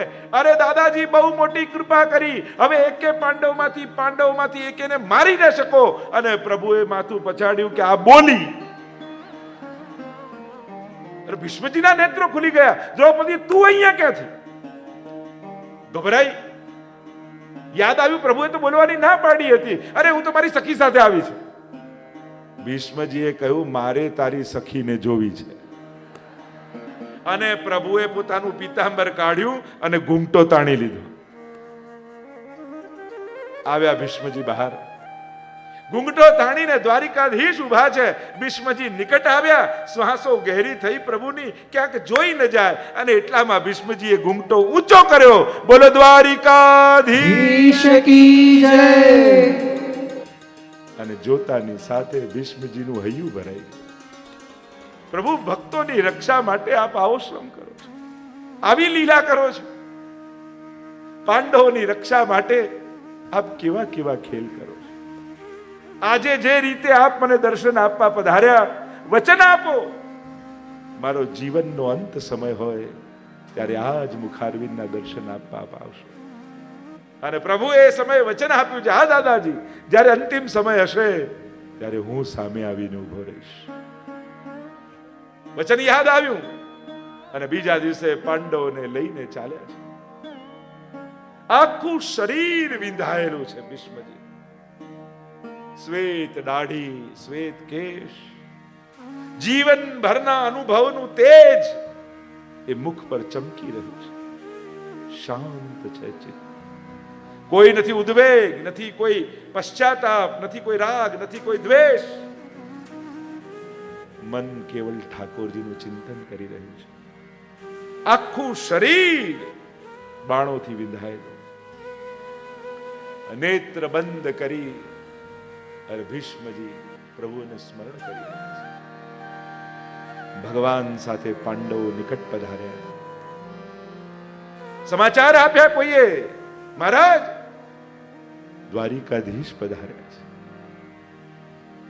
અને બંધ નેત્રોને ધીમે રહીને ખોલતા ભીષ્મજીએ જ્યાં ઠાકોરજીની ઝાંખી કરી, બંને નેત્રોના ખૂણામાંથી દડ દડ દડ દડ અશ્રુપાત થવા. પ્રભુ આપ કેવા કૃપાળુ છો. ભક્તોના મનોરથ પૂરા કરવા માટે આપ કેવો પરિશ્રમ કરો છો. અને બે હાથ જોડવાનો પ્રયાસ કરતા, મનોમન પ્રણામ કરતા ભીષ્મજી સ્તુતિ કરવા લાગ્યા. ઇતિમતિરુ કલ્પિતા વિતૃષ્ણા ભગવતી સાત્વત પુંગવે વિભુમ્નિ સ્વસુખમુપગતે ક્વચિદ વિહર્તુમ પ્રકૃતિમુપેયુષીયત ભવ પ્રવાહ. પ્રભુ, મને ભરોસો હતો અંત સમયે આપ પધારશો, અને એટલા માટે આપના માટે ભેટ ધરવા એક વસ્તુ મેં સાચવીને રાખી છે. આજ સુધી ક્યાંય લગાવી નહીં, વાપરી નહીં. મનમાં ભરોસો હતો કે અંત સમયે ભગવાન આવશે ને ત્યારે એના ચરણોમાં ધરીશ. પ્રભુ કહે, પણ તમારા તો આખા બાણથી વિધાયેલું શરીર, હાથમાં કઈ છે નહીં, કઈ ભેટ? ઇતિમતિરૂ કલ્પિતા વિતૃષ્ણા. પ્રભુ, ક્યાંય ન વાપરેલી એવી મારી મતિ અંત સમયમાં હું આપના ચરણોમાં ધરું છું. આ વિતૃષ્ણ બુદ્ધિ આપના માટે મેં બચાવીને રાખી છે. અન્ય બધા સ્તોત્ર પાઠ સ્તુતિઓ ગ્રંથો ઇતિ શબ્દ આવે એટલે પૂરું થઈ જાય. આ એક સ્તુતિ એવી છે જે ઇતિ શબ્દથી જ શરૂ થાય છે. માનો ઇતિ શબ્દ કર્મ સમાપ્તિ વાચક સુબોધનીમાં મહાપ્રભુજી કહે, માનો ઇતિ શબ્દનો પ્રયોગ કરી ભીષ્મજી કહે, હવે આ ક્ષણે મારા સમસ્ત કર્મોની આપના ચરણોમાં ઇતિ કરું છું, સમાપ્તિ કરું છું. હવે કાંઈ કરવું નથી. હવે તો આ બુદ્ધિ આપના ચરણોમાં ધરી દેવી છે. વિતૃષ્ણ છે, ક્યાંય લગાવી નથી. કૃષ્ણ કહે, પ્રભુ દાદાજી ખોટું ન બોલો.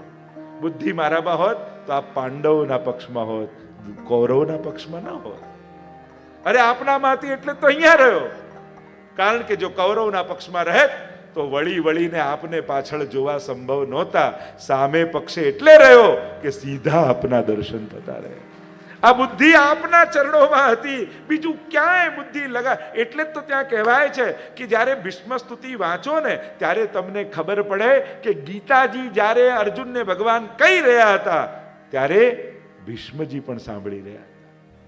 સપદી સખી વચો નિશમ્ય મધ્યે સ્તુતિમાં આવે છે કે જ્યારે સખાને અર્જુનને આપે કહ્યું કે સૈનયોર ઉભયોર મધ્યે, ત્યારે ભીષ્મજી સાંભળી રહ્યા છે. અરે સાંભળી તો ક્યાં રહ્યા છે, એમનું ધ્યાન સ્તુતિ વાંચો ત્યારે ખબર પડે. એ ભગવાનને જ નતા જોઈ રહ્યા, ભગવાનના મસ્તક પર રહેલા શ્રમ બિંદુઓની પણ બુદ્ધિપૂર્વક દર્શન કરે છે. શ્રમવારી અલંકૃતા છે. સ્તુતિ વાંચો. પ્રભુ જ્યારે અર્જુનના રથની લગામ પકડી રથને અહીંયાથી ત્યાં, ત્યાંથી અહીંયા જ્યારે ભગાવી રહ્યા છે ત્યારે ઘોડાઓની ખુરરતથી આખું શ્રીઅંગ મંડિત થયું છે અને મુખ પર આવેલા પરસેવાના બિંદુઓ પણ ભીષ્મજી જોઈ રહ્યા છે. સ્તુતિમાં એક એક શબ્દ વાંચો તમે. ઇતિમતિ રૂપ કલ્પિતા વિતૃષ્ણા. આ વિતૃષ્ણ બુદ્ધિ આપના ચરણોમાં હું ધરું છું. ત્રિભુવન કમનમ કમાલ વર્ણમ રવિકર ગૌરવરાંબરમ દધાને વપુરલક કુલા વૃતાનનાબ્જમ વિજય સખે રતિરસ્તુ મે નવદ્યા. ત્રિભુવનમાં આપનાથી સુંદર બીજું કોઈ નથી. જો આવા સંકટમાં પણ, જે વિપત્તિમાં પણ કૃષ્ણના સૌંદર્યને માણી શકે ને એ જ સાચો વૈષ્ણવ કહી શકાય. આખું શરીર વિંધાયેલું છે, કેવી દશા હશે, અને આવા સંકટમાં પણ જે સૌંદર્યને માણી લે એ જ સાચો ભક્ત છે.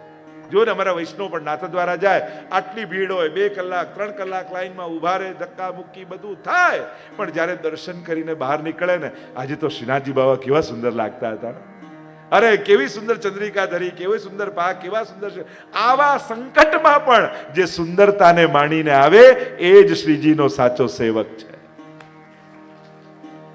નહીં તો ઘણા અમને ઊભા નહીં, અમે જોઈ ના શક્યા, ને અમે માંડ 1 મિનિટ દર્શન થયા ન થયા, પણ એમાં તો સર્વાંગને માણી લે એ જ વૈષ્ણવ છે.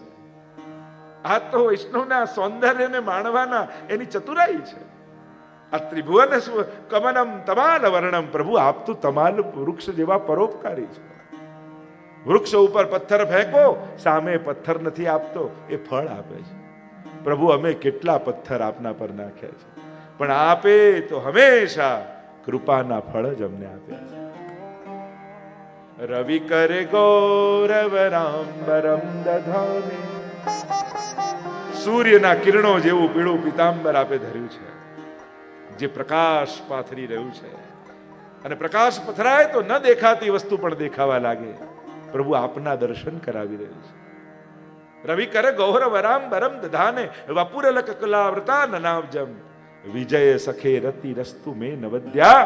પ્રભુ એ વિજયના સખા આપનામાં મારી રતિ થાવ.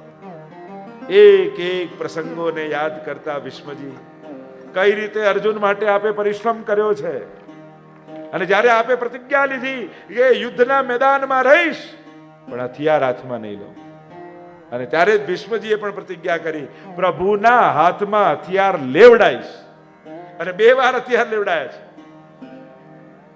સ્વનિગમમ પહાય મત પ્રતિજ્ઞા. અને પ્રભુ આપ એવા કૃપાળુ છો, મારી પ્રતિજ્ઞાને સાચી કરવા માટે આપે આપની પ્રતિજ્ઞા છોડી દીધી. ભીષ્મજી એક પછી એક બાણ છોડે, એક પછી એક બાણ છોડે, અને ભગવાનના કવચો વિંધાય, મુગટ પડી જાય, ઘાવ લાગી જાય, પણ ભગવાન તો રથની લગામ પકડીને એમને એમ બેઠા છે. કોઈ ફરક નથી. સારથી છે થયું કે આ બાણ ક્યાંક બીજે છોડવા પડશે. ભગવાનને પોતાના ઉપર સંકટ આવે તો કોઈ ફરક પડતો નથી, પણ ભક્ત ઉપર સંકટ આવે તો ભગવાન સહન કરી શકતા નથી. અને હવે બાણ છોડ્યું અર્જુન પર, અને જ્યાં અર્જુન પર બાણ છોડ્યું, હાથમાંથી ગાંડીવું પડ્યું, રથનું પૈડું તૂટ્યું, અને પડેલા અર્જુનને જ્યાં જોયો, હવે પિત્તો ગયો પરમાત્માનો. તૂટેલા પૈડાના હાથમાં લીધી સુદર્શનનું આહવાન કરી અને એક સિંહ હાથીને મારવા માટે દોડે એમ ફલાંગો ભરતા પરમાત્મા ભીષ્મજીને મારવા માટે દોડે. પણ જ્યાં દોડ્યા ત્યાં તો પીતાંબર ઉડતું ઉડતું ભૂમિમાં પડી ગયું, અને પરમાત્મા નજીક પહોંચી ભીષ્મજી 2 હાથ જોડીને કપકપાવા લાગ્યા, આજે હું સમાપ્ત. પણ પરમાત્મા ત્યાં આવીને થંભી ગયા, ન માર્યા.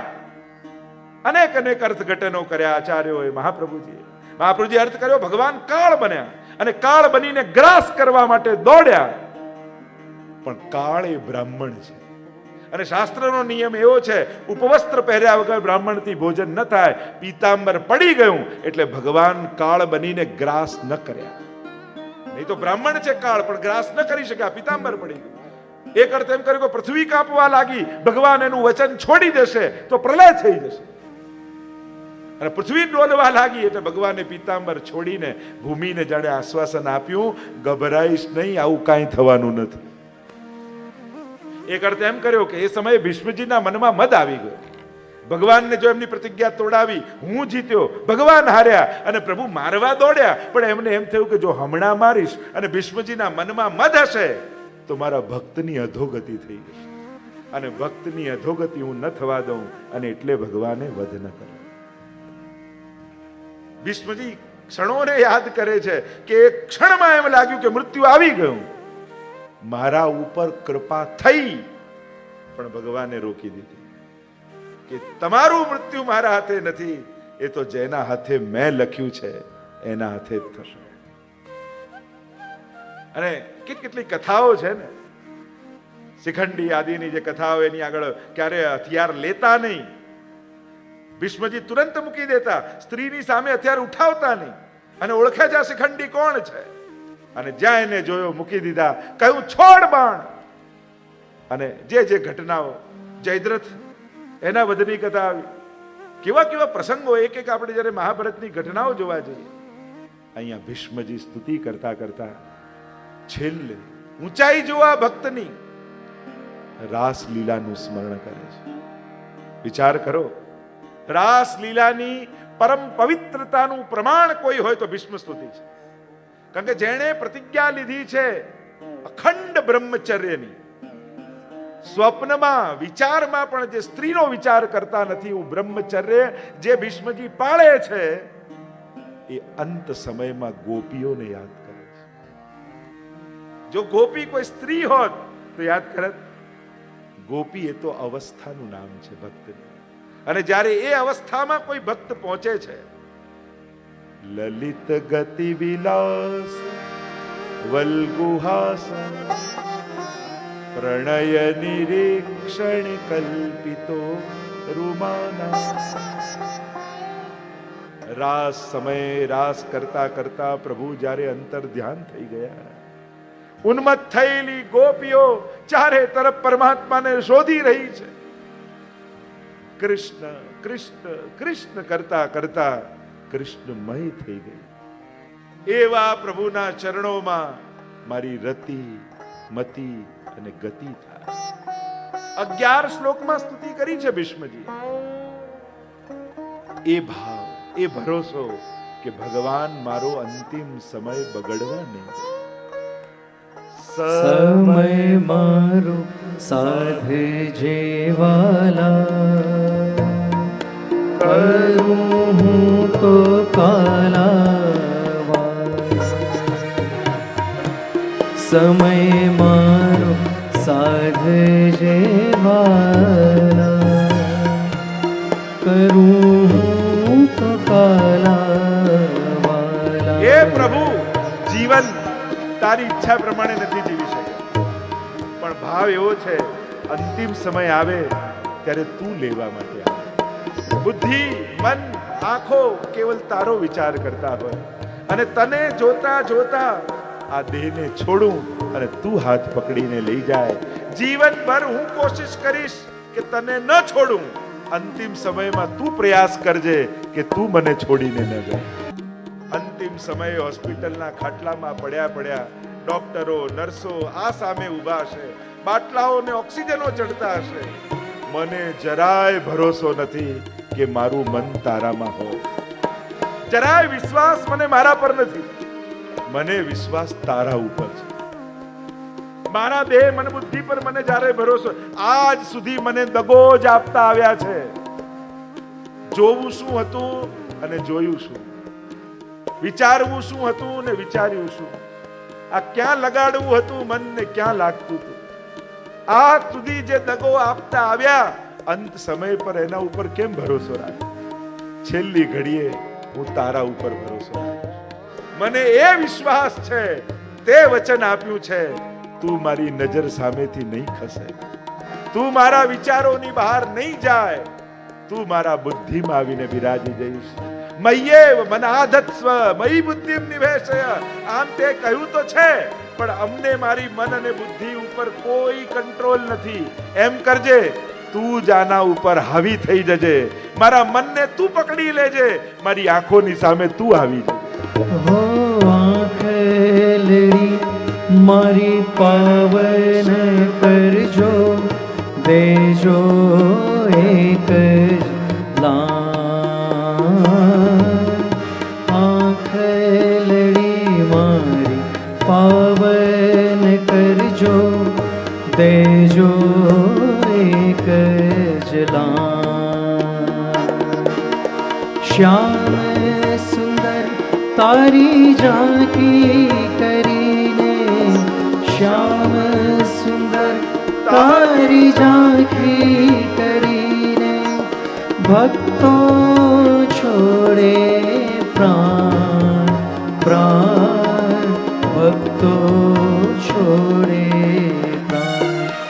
સમય મારો સાધે જેવાલા, કરું તો કાલાવાલા. સમય મારો સાધે જેવાલા, કરું તો કાલાવાલા. ભીષ્મજીએ મન પ્રભુના ચરણોમાં ધર્યું. બોલીએ ભીષ્મજી મહારાજ કી જય. પ્રભુના ચરણોને પ્રાપ્ત થયા. પ્રભુએ કહ્યું કે હવે હું દ્વારિકા જાઉં. ઉત્તરાયણની પ્રતીક્ષા કરતા હતા ને ભીષ્મજી, કે ઉત્તરાયણનો સમય આવે ત્યારે દેહ છોડું.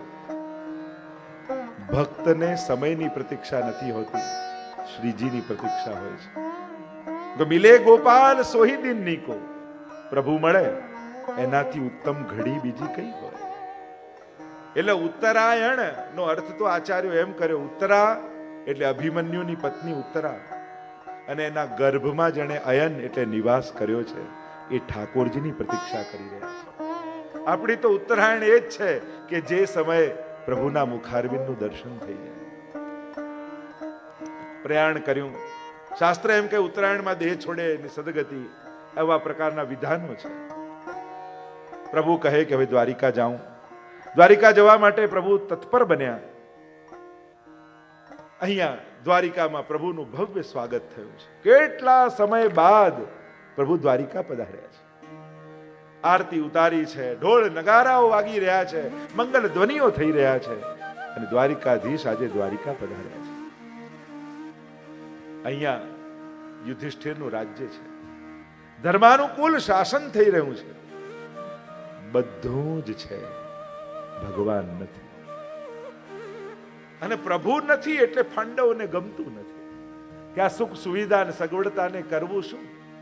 ગમે તેટલું મોટું ઘર બાંધીએ પણ એક ખૂણો ઠાકોરજીનો ન હોય તો એ વૈષ્ણવનું ઘર કેમ કહી શકાય. ભલે બાય બાય બેનું ખાનું હોય પણ એક જગ્યા પ્રભુ માટે જરૂર રાખજો. જેણે ઘર આપ્યું ઘરમાં એના માટે જ જગ્યા નહીં. જે બે ટંક પેટ ભરીને ખવડાવે એના માટે કટોરી મિશ્રી ઘરમાં ન હોય. જે 24 કલાક દિવસમાં આપે છે એના માટે આપણી પાસે 5 મિનિટ ન હોય તો આપણી જાતને આપણે વૈષ્ણવ કેમ કહીએ.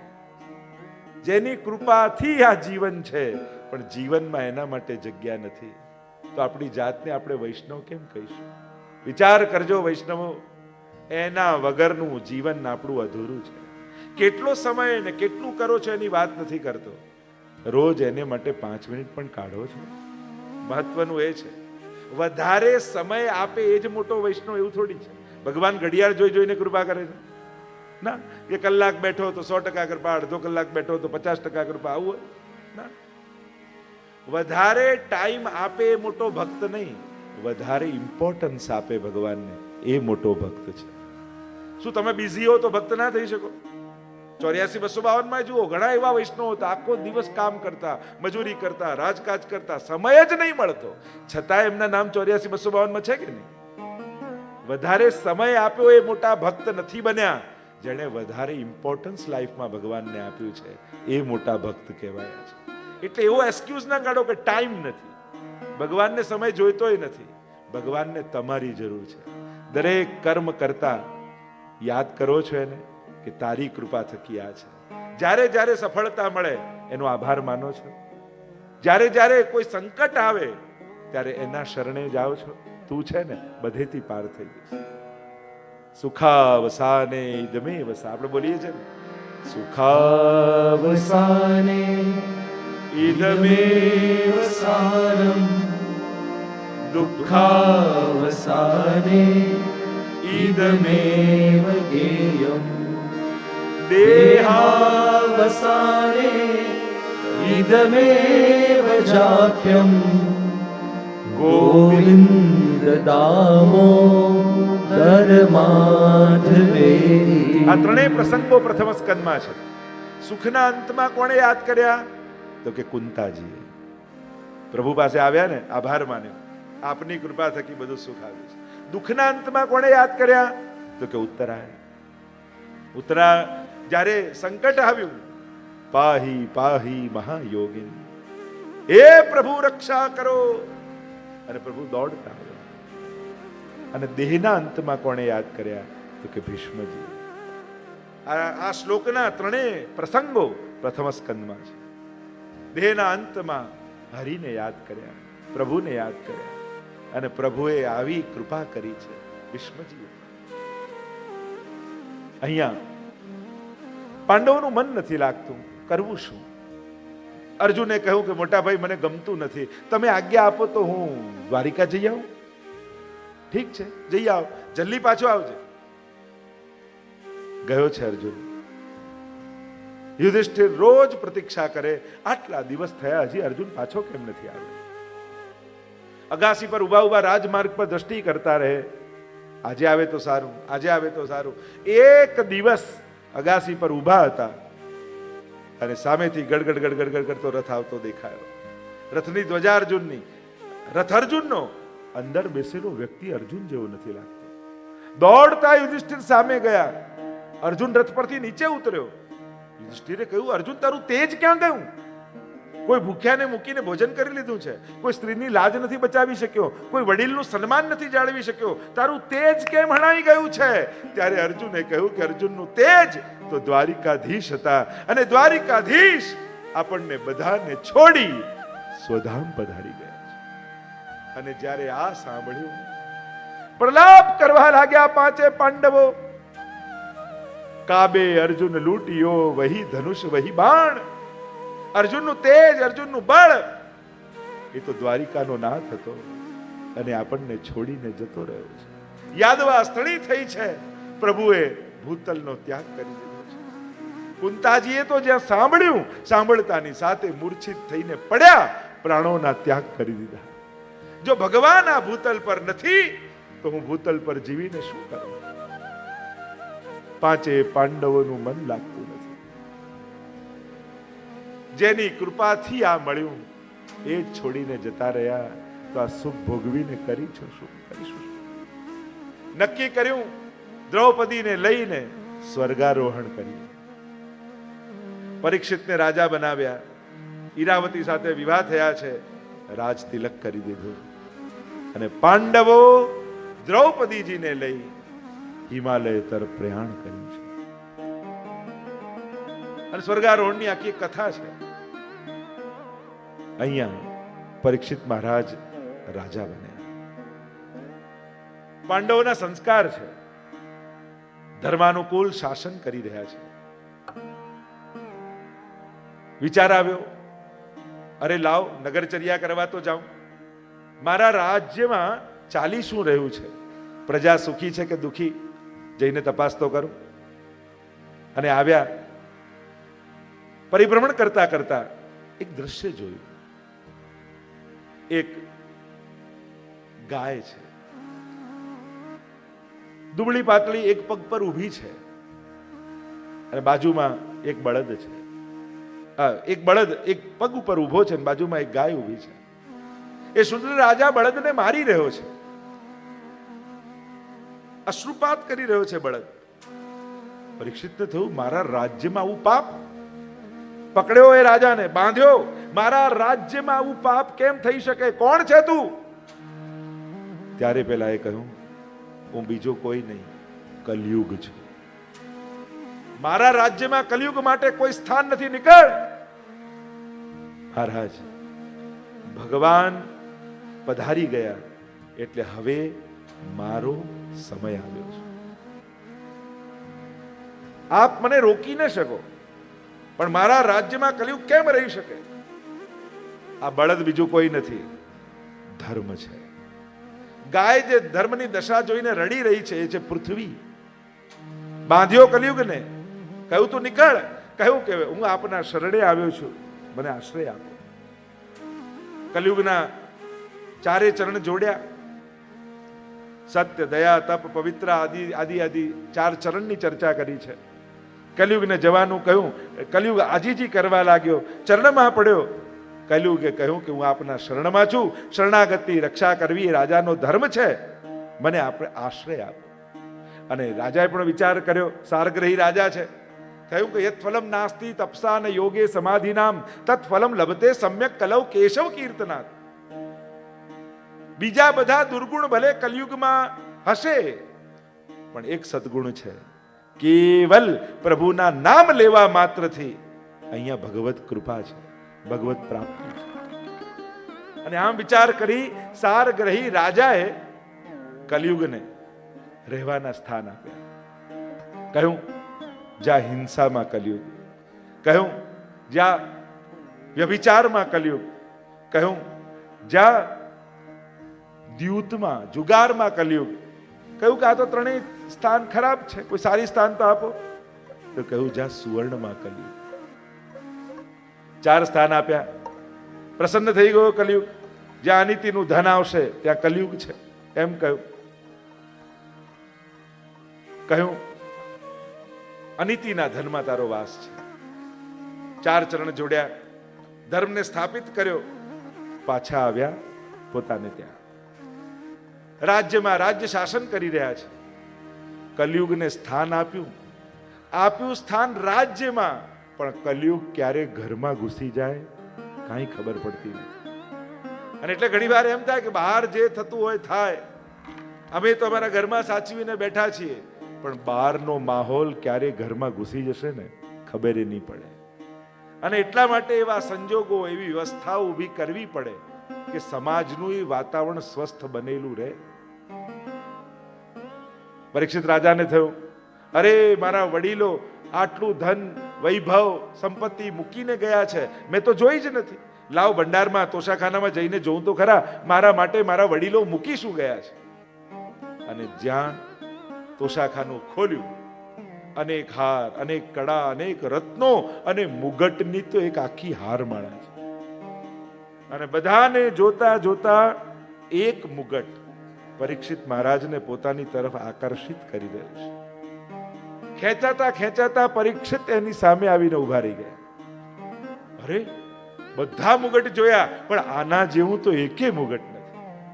અને આ મુગટ હતું જરાસંઘ.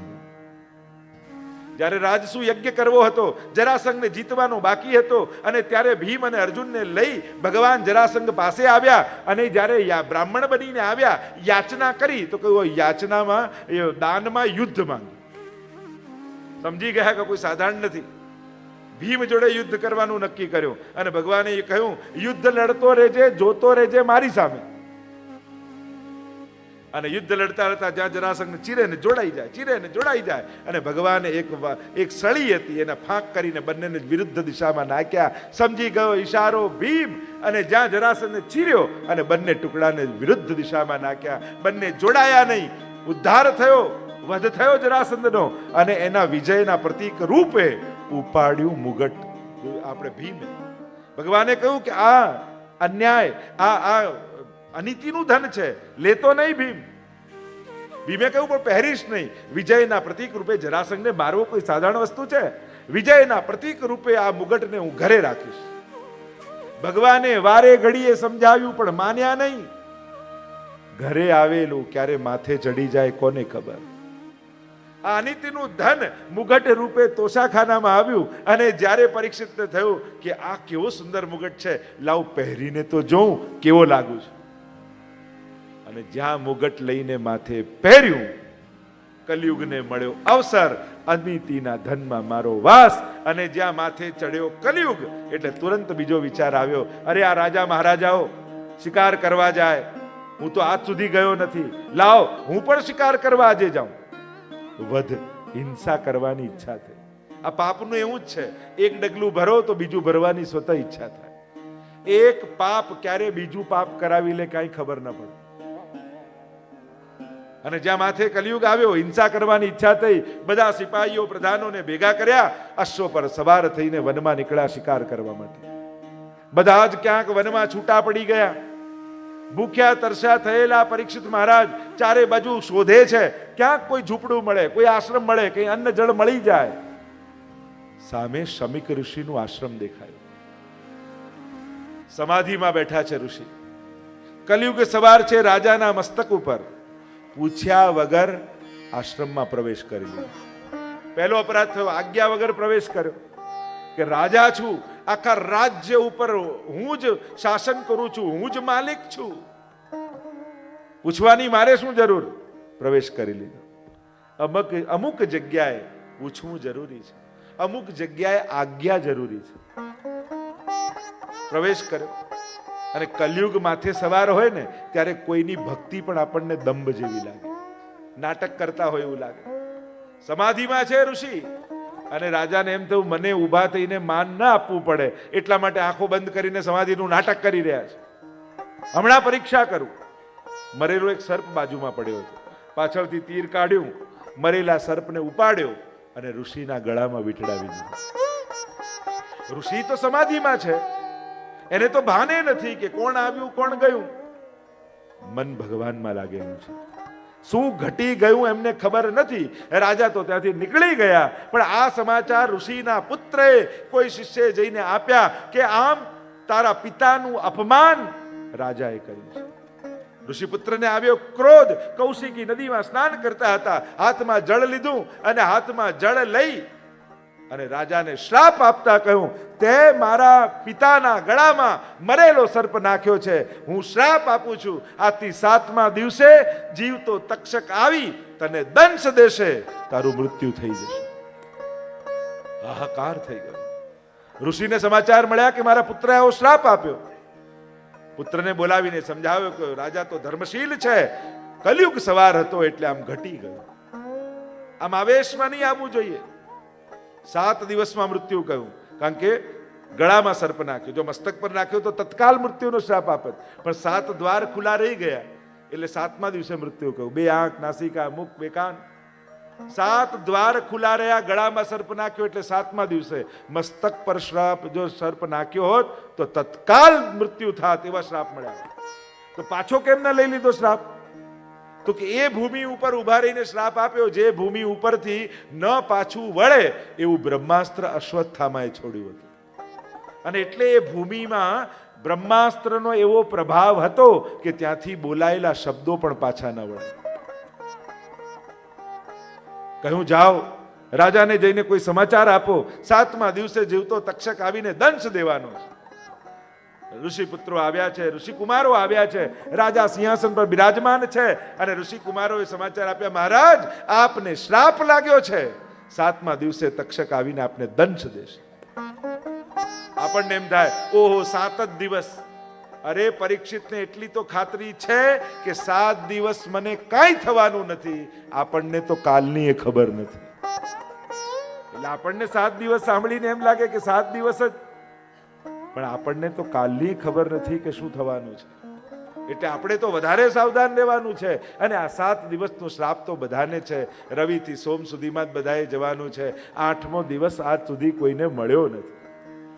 મળેલા સમયને સાધી લે એ જ ચતુર વૈષ્ણવ કહેવાય. અંતિમ સમય આવે ત્યારે 5 મિનિટ પણ વધારાની મળવાની નથી. જેટલી ગણાયેલી શ્વાસો છે એટલી જ લેવાની છે.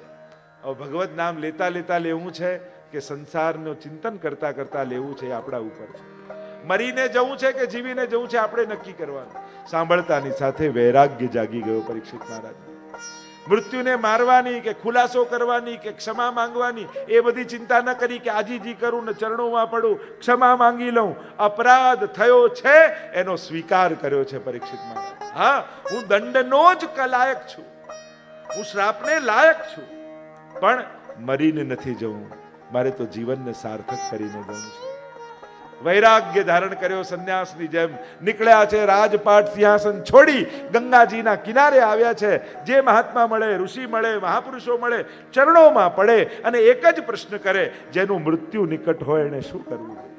7 દિવસ મારી પાસે છે મહાત્મન, મારો ઉદ્ધાર કેમ થાય? અને દરેક મહાત્મા કે અમે હજારો વર્ષોથી તપ કરીએ છીએ, અમને ભગવાન નથી મળ્યા, અમારો ઉદ્ધાર નથી થયો, 7 દિવસમાં તારો કેમ થઈ જાય? જે ઋષિ મળે, જે મહાત્મા મળે એના ચરણોમાં પડે છે. પણ જે દિવસે હૃદયમાંથી કોઈ સાચો સદગુરુ મળે, એ મેળવવાનો તાપ જાગે ને, ત્યારે ભગવાન કોઈ ગુરુને ચોક્કસ મોકલી દેતા હોય છે. અને જ્યારે બધાને પૂછતા પૂછતા ગંગાજીના તટ પર પરિભ્રમણ કરી રહ્યા છે પરીક્ષિત મહારાજ, એટલામાં સામેથી તત્રા ભવદ ભગવાન વ્યાસપુત્રો સુખદેવજી પ્રકટ થયા. આજાન બાહુ છે, કમળની પાંખુડી જેવા નેત્ર છે, વિશાળ વક્ષસ્થળ છે, લાંબા લાંબા હસ્ત છે, લાંબા લાંબા કેશ છે. અને જ્યાં સુખદેવજીને આવતા જોયા પરીક્ષિતને એમ થયું, આમના હાથે જ મારો ઉદ્ધાર લખાયો છે. દોડતા જઈ ચરણોમાં પડ્યા અને ચરણોમાં 2 હાથ જોડી મસ્તક નમાવી 2 પ્રશ્નો કર્યા. જેનું મૃત્યુ નિકટ હોય એને શું કરવું જોઈએ? અને બીજો પ્રશ્ન કર્યો, જીવ માત્રના કલ્યાણનો ઉપાય શું છે?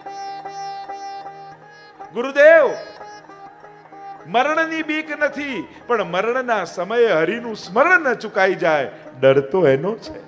મૃત્યુ તો બધાને આવવાનું જ છે, પણ મૃત્યુના સમયે હરિનું સ્મરણ રહે, હું તો એ જ અંકું છું.